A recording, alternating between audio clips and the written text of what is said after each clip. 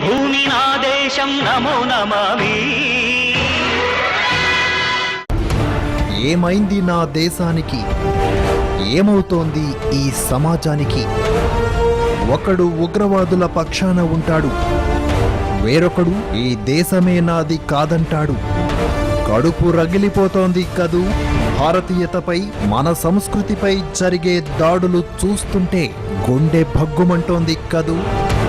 గొంతెత్తి అరవాలనిపిస్తోంది కదూ. మీ గొంతు మేమవుతాం, భూగోళం ప్రతిధ్వనించేలా గర్జిస్తాం. పుణ్యభూమి నా దేశం నమో నమామి. భారత భూ ప్రజాహృదయ పంకజములు వికసించి ఆర్ష సంస్కార విశేష సౌరభము సర్వదిగంతములందు పర్వ ఆధారము నీవే కావున సుధారసధారళ నాదు జిహ్వ సంచారమునర్పుమా జనని శారద నిరదమూర్తి భారతి అని ఒక మహాకవి సరస్వతీదేవిని ప్రార్థించినాడు. భారతి, భారతదేశము. భారతదేశము అంటే భా అంటే వెలుగు, కి ప్రకాశము, రథము అంటే ఆనందము, వెలుగుతో ఆనందించే సంస్కారం కలిగినటువంటి విజ్ఞానాన్ని ప్రసాదించే భారతదేశము అని మహర్షులు కీర్తించారు. వ్యాస వాల్మీకాది మహర్షులు, కాళిదాసాది మహాకవులు ఏ దేశంలో జన్మించి ఆర్ష విజ్ఞానాన్ని దిగ్దిగంతాలకు వ్యాపింపజేశారో అటువంటి పవిత్ర భారతదేశం మనది. ఆడుకొన్నారెచట ఆమ్నాయ బాలికలు యుగ యుగంబులుగా 4 స్తంభముల ఆట, పాడుకొన్నారెచట పరమర్షి సత్తములు గంగా తరంగిణి గతులలో శృతి కలిపి అంటారు జంధ్యాల పాపయ్య శాస్త్రి గారు. అంటే గంగా తరంగ విన్యాసాలలో మహర్షుల యొక్క వేదనాదాలు ధ్వనిస్తూ ఉన్నాయి. ఈ దేశంలో ప్రవహించే నదుల ప్రవాహాల యొక్క తరంగాలలో, ఆ గలగల శబ్దాలలో కూడా వేదనాదాలు వినిపిస్తూ ఉన్నాయి. అటువంటి పవిత్రమైనటువంటి దేశం ఈ భారతదేశం. కాబట్టి చతుర్వేదములు, ఉపనిషత్తులు, శాస్త్రములు, ఆర్ష విజ్ఞానానికి సంబంధించినటువంటి సమస్త వాంగ్మయం కూడా ఇక్కడ ఆవిర్భవించింది.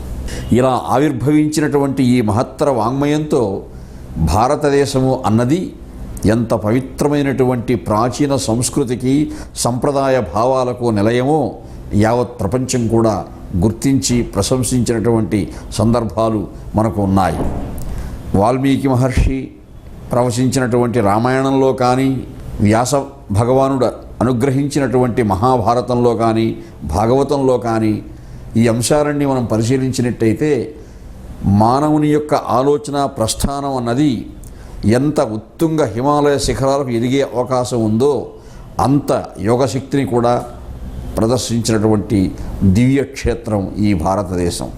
హిమాలయ పర్వతాలను ఆధారంగా చేసుకొని ఎంత సంస్కృతి ఆవిర్భవించిందో, అలాగే వింధ్య పర్వతాలు ఆధారంగా చేసుకొని ఎంత పవిత్ర సంస్కృతి ఆవిర్భవించిందో, ఔత్తరాహులైన, దాక్షిణాత్యులైన, ఆర్యావర్తమైన ఎన్ని పేర్లున్నా కానీ ఈ సువిశాల భారతదేశంలో అనేక సంస్కృతులు, విభిన్నమైనటువంటి నాగరికతలు విలసిల్లి ఈ వైభవాన్ని ఇప్పటికి కూడా ఎప్పటికీ చాటుతూనే ఉంటాయి.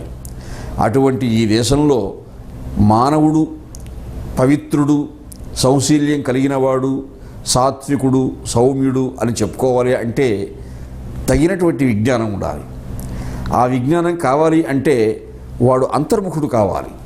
బహిర్గతమైనటువంటి లోకాన్ని ఎంత చూస్తున్నాడో, బాహిరమైన ఆకర్షణకు ఎంత లోనవుతున్నాడో, అంతకంటే విచిత్రమైనటువంటి గమ్మత్తైనటువంటి జగత్తు తన అంతరంగంలో ఉన్నది, తన మనస్సులో ఉన్నది.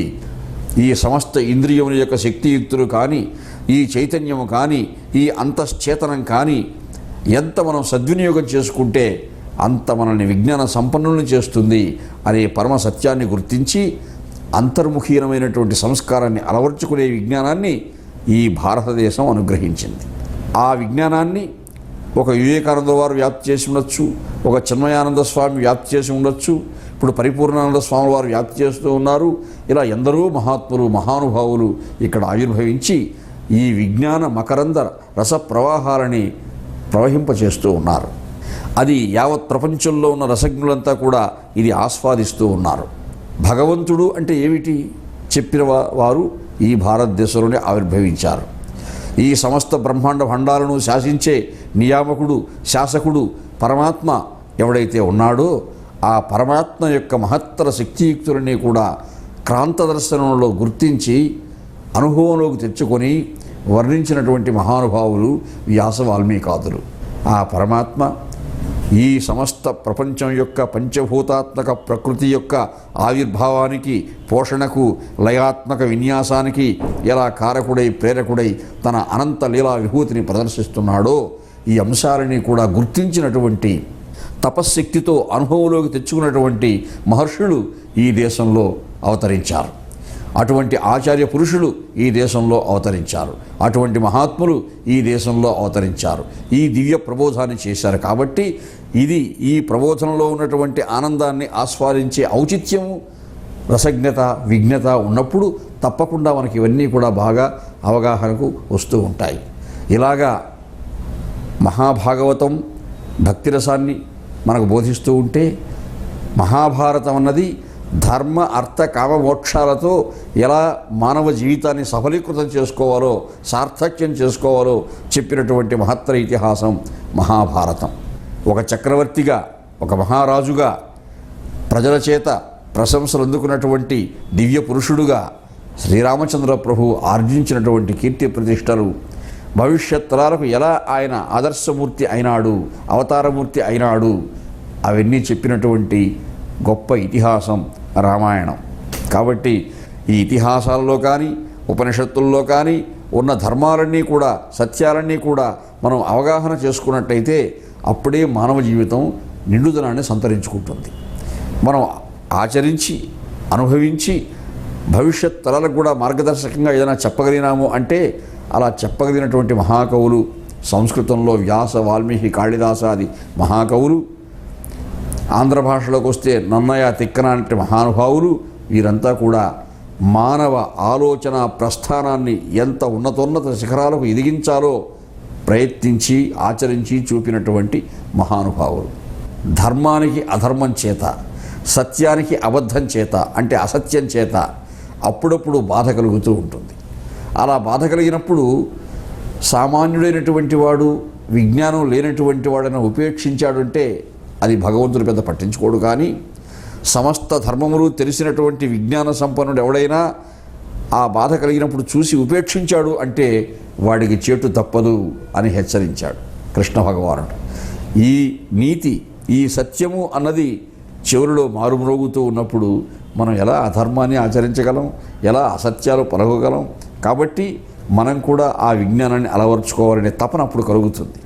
అలా ఎన్నో పర్వధర్మాలు బోధించినటువంటి మహాభారతం కానీ, ఎన్నో పర్వసత్యాలు చెప్పినటువంటి రామాయణం కానీ, మానవ జీవితంలో భక్తి అన్నది ఆ మకరందం లేకపోతే, ఆ మాధుర్యం లేకపోతే పరమాత్మ ప్రసన్నత పొందలేము అని ఆ ప్రసన్నత మనకు అందించినటువంటి గొప్ప ఇతిహాసం, పురాణం కూడా మహాభాగవతం కానీ, ఈశ, కఠ, ప్రశ్న ఇటువంటి ఉపనిషత్తులు కానీ, వివిధ సంప్రదాయాలకు చెందినటువంటి ఆగమశాస్త్రాలు కానీ, ఈ సమస్తము కలిసినప్పుడు ఆర్ష విజ్ఞాన సర్వస్వాన్ని ఎంత మనం అవలోకించగలిగితే, ఎంత మనం ఆస్వాదించగలిగితే మన జీవితం అంతగా సార్థక్యాన్ని సంతరించుకుంటుంది.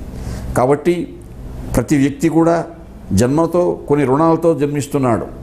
పితృరుణము అంటారు. మనం పితృదేవతలకు నివేదనలు చేయడం వల్ల, పితృదేవతల యొక్క ఆశయాలు నెరవేర్చడం వల్ల ఆ పితృదేవత రుణం తీర్చుకోగలుగుతాం. అలాగే గురు రుణము అంటారు.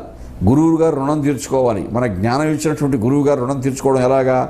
గురువు గారు అనుగ్రహించిన జ్ఞానాన్ని నలుగురికి చెప్పి ఆ ఆనందాన్ని పొందితే అది గురువు గారికి ఆత్మసంతృప్తి. అలాగే దేవరుణము, ఋషి రుణము, ఈ రుణాలన్నీ మనం తీర్చుకోవాలంటే ఈ భారతీయ ఆర్ష విజ్ఞాన సర్వస్వ వైభవాన్ని మనం ఎంత గొప్పదో తెలుసుకోగలిగి, ఆచరించగలిగి మనం